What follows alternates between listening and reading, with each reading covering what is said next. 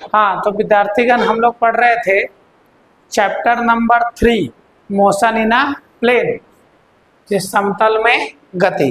ठीक है, class 11th physics चल रहा है बाबू। इसमें हम लोग पढ़ लिए थे कि दो सदिशों को गुना कैसे करते हैं। तो दो सदिशों को गुना करने के लिए हम लोग दो नियम का प्रयोग करते हैं, एक होता है डॉट प्रोडक्ट और दूसरा होता है क्रॉस प्रोडक्ट। उसको भी देख लिया जाए। यहाँ पर लिखेंगे सदिशों का गुना, हेडिंग बनेगा बाबू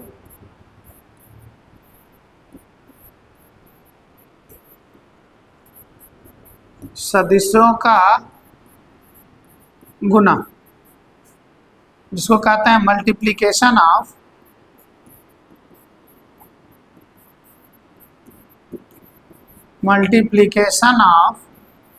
वेक्टर, सदिशों का गुना। तो सदिश का गुना हम लोग बाबू दो तरीके से करते हैं। पहला तरीका है सदिश का गुना करने का, उसको बोलते हैं अदिश गुना। अदिश गुना, अदिश गुना को कहते हैं बाबू scalar product. Scalar product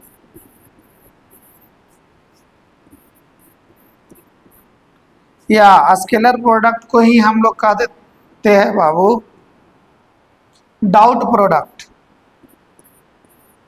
dot product, dot product.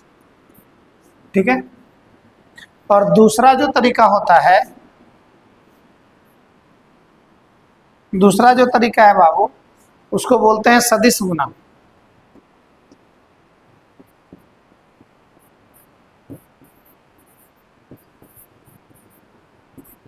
सदिश गुना, जिसको बोलते हैं vector product. Vector,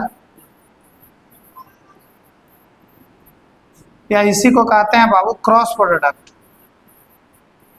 cross product. ठीक है, एक होता है बाबू अदिश गुना, एक होता है सदिश गुना। अब इसको कैसे कैसे हम लोग गुना करते हैं, एक एक कर को हम लोग इसके बारे में चर्चा करते हैं।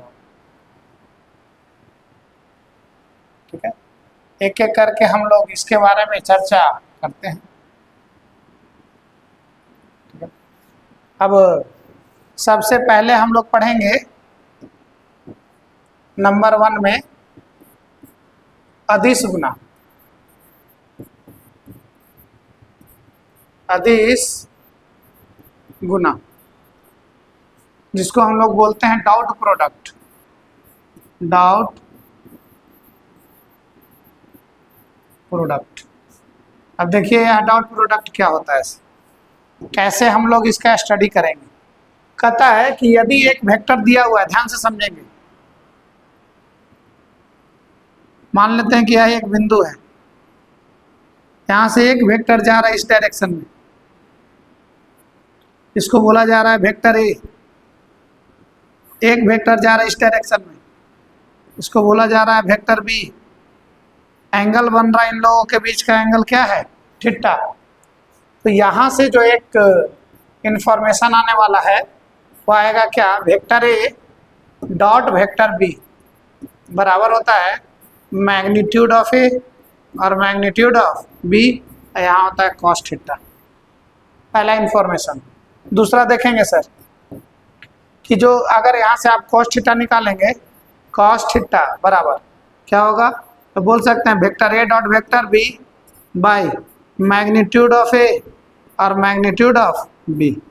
ठीक है, मतलब ये है कि मैग्नीट्यूड मतलब होता है परिमाण। परिमाण, ए का परिमाण, बी का परिमाण और कॉस थीटा। ये भी मान है, ये भी मान है और ये भी मान है। तो जब सब मान है माने परिमाण है, इसमें दिशा नहीं है, इसीलिए इसको बोलते हैं डॉट प्रोडक्ट। और डॉट प्रोडक्ट कैसा प्रोडक्ट होता है, स्केलर होता है। इसमें कभी भी बाबू आई, जे और के जो यूनिट वेक्टर्स हैं, जो डायरेक्शन को सूचित करते हैं, वो कहीं पर भी इसमें आने वाला नहीं है। ठीक है, ये तो हो गया बाबू दो। तीसरी इंफॉर्मेशन, इसमें खास इंफॉर्मेशन होगा, से देखेंगे। इसमें खास इंफॉर्मेशन ये है कि यदि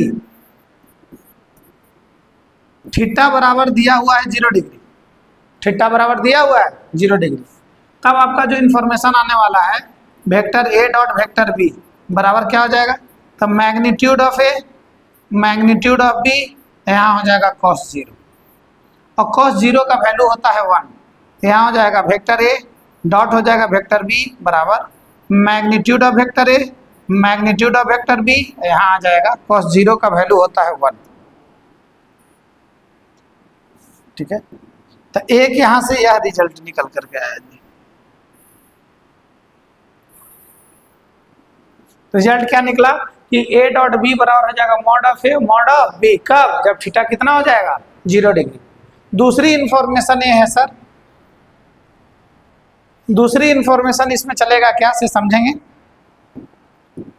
अगर कंडीशन नंबर हम लोग लेते हैं 4, कहता है यदि थीटा बराबर हो जाए 90 डिग्री, थीटा बराबर क्या हो जाए 90 डिग्री, तब क्या होगा, तो वेक्टर ए डॉट हो जाएगा वेक्टर बी बराबर magnitude of A magnitude of vector B, और यहाँ हो जाएगा cos 90 और cos 90 का वैल्यू होता है 0, यहाँ से हो जाएगा बाबू vector A dot vector B, इसका पूरे का वैल्यू क्या आ जाएगा 0। ठीक है, एक इन्फॉर्मेशन ये निकल करके आ गया कि यदि थीटा हो जाए 90 डिग्री, थीटा हो जाए 90 डिग्री, तो डॉट प्रोडक्ट का वैल्यू क्या हो जाएगा 0, डॉट प्रोडक्ट का मान क्या होगा 0। ये तो हो गए 4 इन्फॉर्मेशन। पांचवी इन्फॉर्मेशन देखेंगे बाबू, इसमें यूनिट वेक्टर को लेकर के थोड़ी यूनिट वेक्टर की चर्चा करते हैं, ठीक है कि नहीं। अब क्या होता है इसे समझेंगे। कहता है इसमें अगला इन्फॉर्मेशन हम लोग चर्चा करेंगे किसका, इकाई सदिश की, इकाई सदिश यूनिट वेक्टर, यूनिट वेक्टर। बात को समझिए, यूनिट वेक्टर के केस में मैंने डायरेक्शन आपको बताया था, यह डायरेक्शन होता है एक्स का,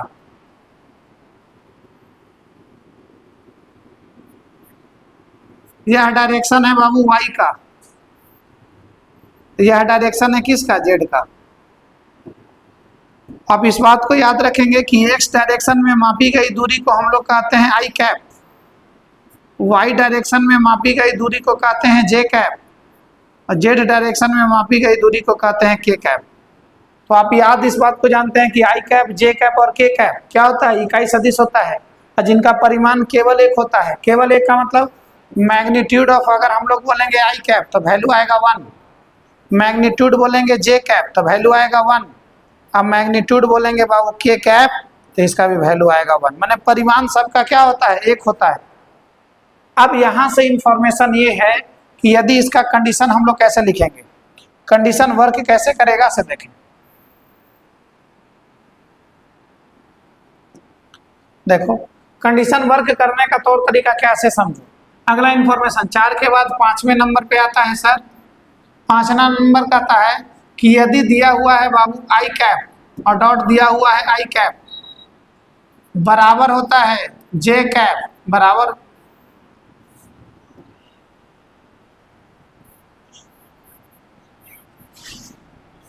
फिर से देखिए एक बार, दिया हुआ है आपका आई कैप और डॉट दिया हुआ है आई कैप, आई कैप को आई कैप के साथ लिया जा रहा है, तो कहता है यह बराबर होता है जे कैप डॉट जे कैप बराबर होता है बाबू के कैप और डॉट हो जाएगा के कैप। इस सब का वैल्यू जो होगा I dot I, J dot J और के डॉट के का वैल्यू जो होता है बाबू वह होता है 1, वह क्या होता है 1, ठीक है कि नहीं।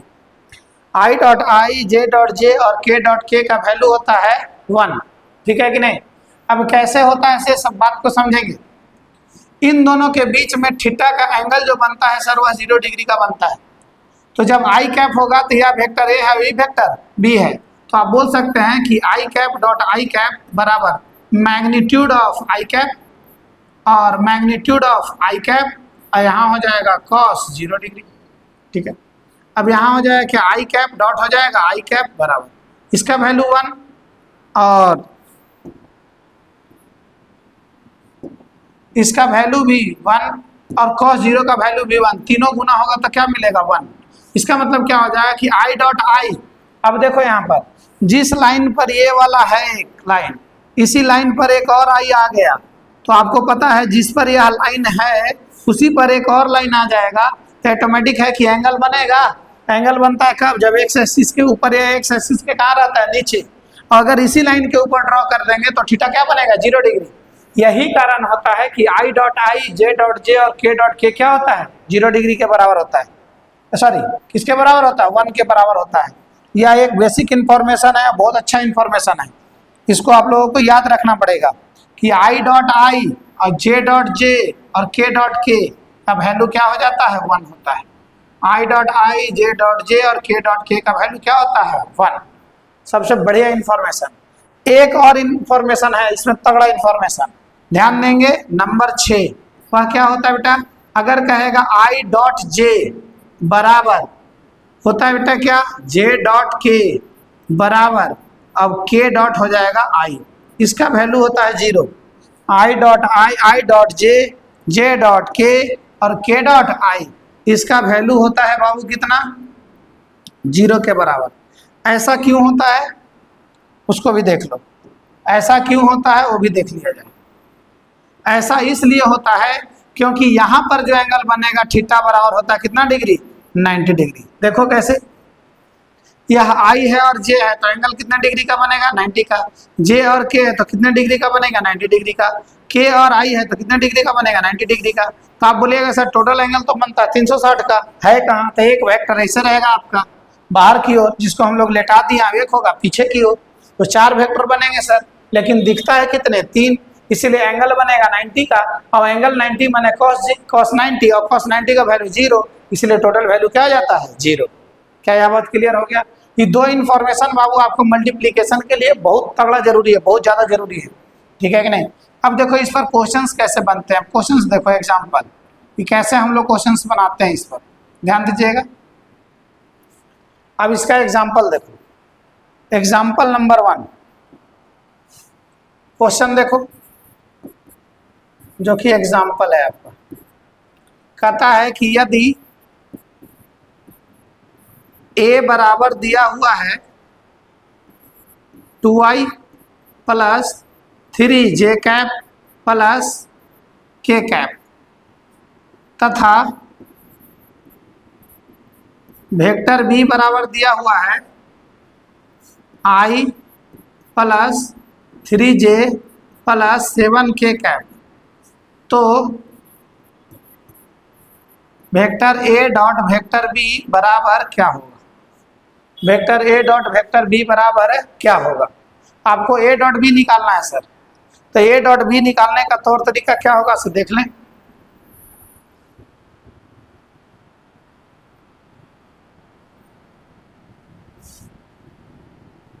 Vector A dot vector B निकालने का तौर तरीका क्या होगा सर? देखें,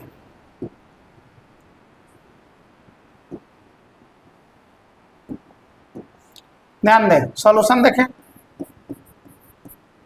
सबसे पहले हमें निकालना है क्या? Vector A dot vector B. Vector A dot vector क्या निकालना है? बी।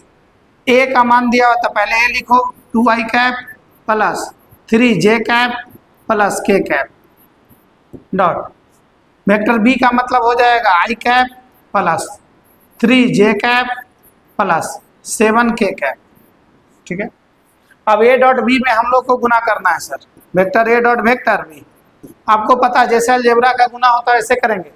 आपको बताया अभी आई डॉट आई ही 1 होता है, जे डॉट जे ही 1 होता है और के डॉट के ही 1 होता है। बाकी आई जे से करेगा, आई के से करेगा, सब वैल्यू क्या होगा? 0। एक मैं करके बता देता हूँ। जैसे आई करेगा आई के साथ तो 1 हो जाएगा, 2 में 1 से गुना करेंगे तो 2 हो जाएगा, बीच में प्लस। आई करेगा जे के साथ तो ऑटोमेटिक 0 हो जाएगा, लेकिन 2 करेगा 3 से तो 6 हो जाएगा, तो 6 इंटू क्या हो जाएगा? 0 प्लस। यहाँ देखो 2 है, यहाँ दिया हुआ है 7, तो 7 दूनी 14, लेकिन आई करेगा के साथ तो ऑटोमेटिक क्या हो जाएगा? 0, और बीच में प्लस। यहाँ देखिए जे के साथ, जे करेगा इसके साथ बहुत, तो 1 करेगा 3 से तो 3 हो जाएगा, लेकिन ऑटोमेटिक हो जाएगा 0, और बीच में प्लस। जे करेगा जे से तो वैल्यू हो जाएगा 1, और 3 करेगा 3 से तो हो जाएगा कितना? 9। आराम आराम से सीखो, पहले एक को एक के साथ फिर इसके साथ अलजेब्रा का गुना होता है वैसे करते हैं सर। देखो के को के साथ करेंगे तो ये भी 1 है, ये भी 1 है, तो ऑटोमेटिक 1 तो होगा, लेकिन हो जाएगा क्या? 0। क्यों होगा 0? क्योंकि यहाँ है k, यहाँ है i, तो इसका वैल्यू क्या हो जाता है 0। फिर देखिए k करेगा j के साथ तो ऑटोमेटिक 3 तो होगा सर, लेकिन फिर गुना क्या हो जाएगा 0 प्लस। अब यहाँ देखो यहाँ 1 है, यहाँ कितना है 7, तो यहाँ 7 होगा सर। लेकिन अब क्या है k को k के साथ करते हैं तो वैल्यू मिलता है 1। इसका मतलब इसमें बचता क्या है, बचता वही है जो सेम सेम रहता है, और बाकी सब क्या हो जाते हैं 0। यहाँ बचेगा सिर्फ 2, इधर सब हो जाएगा 0। यहाँ बचेगा सिर्फ क्या 9, और इधर सब हो जाएगा 0। यहाँ बचेगा कितना 7। ठीक है, अब ध्यान दो, यहाँ आ गया क्या vector A dot vector B, vector A dot vector B. 7 और 2 9, और प्लस हो जाएगा 9, और 9 9 कितना हो जाएगा 18। यही हो गया आपका आंसर। अब बात को समझ रहे होंगे कि ए डॉट बी वेक्टर जो होता है इसमें कोई आई जे के आया नहीं, सिर्फ परिमाण आया, इसीलिए इस वेक्टर को बोला जाता है कौन सा प्रोडक्ट, डाउट। डाउट का मतलब होता है डाउट लगा करके गुना करना। देखिए डाउट लगा करके गुना कर रहे थे, इसी को कहते हैं डाउट प्रोडक्ट। ठीक है, आगे देखा जाए। ठीक है, दूसरा एग्जांपल देखिए, एक और बताते हैं।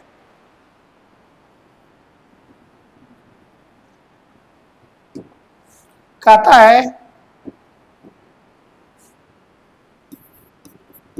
एग्जाम्पल नंबर 2, क्वेश्चन देखो। कहता है यदि vector A dot vector B बराबर दिया हुआ है,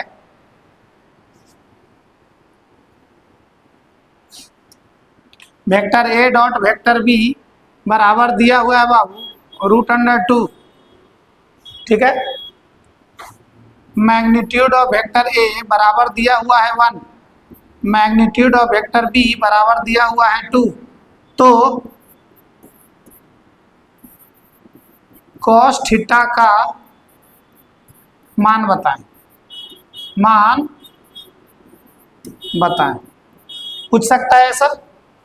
अब देखें कैसे होगा सर, बात को समझेंगे बाबू। सॉल्यूशन देखो कैसे होगा।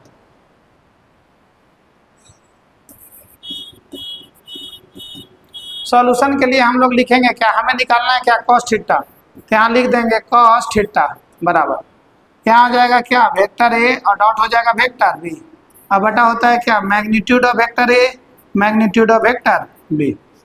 यहाँ लिखेंगे सर आपका क्या cos थीटा बराबर ए डॉट बी का वैल्यू दिया हुआ कितना √2, मैग्नीट्यूड ऑफ ए दिया हुआ है 1, मैग्नीट्यूड ऑफ बी दिया हुआ है कितना 2। इसको आप ऐसे भी लिख सकते हैं सर, cos थीटा बराबर ऊपर में हो जाएगा √2 और नीचे में हो जाएगा 2। आप इसको ऐसे भी दे सकते हैं सर, यहाँ हो जाएगा क्या cos थीटा बराबर ऊपर दिया हुआ है कितना √2 और नीचे दिया हुआ है कितना 2, तो 2 को लिख सकते हैं क्या √2 ने √2, इस ही क्या हो जाएगा कैंसिल। आपको पता चल गया सर cos थीटा बराबर आ गया कितना 1/√2। तो आप बोल सकते हैं इसको कि cos थीटा बराबर, आप इसको नहीं बोल सकते हैं cos की π/4 हो गया, π/4 माने कितना डिग्री, तो बोल सकते हैं 45 डिग्री है।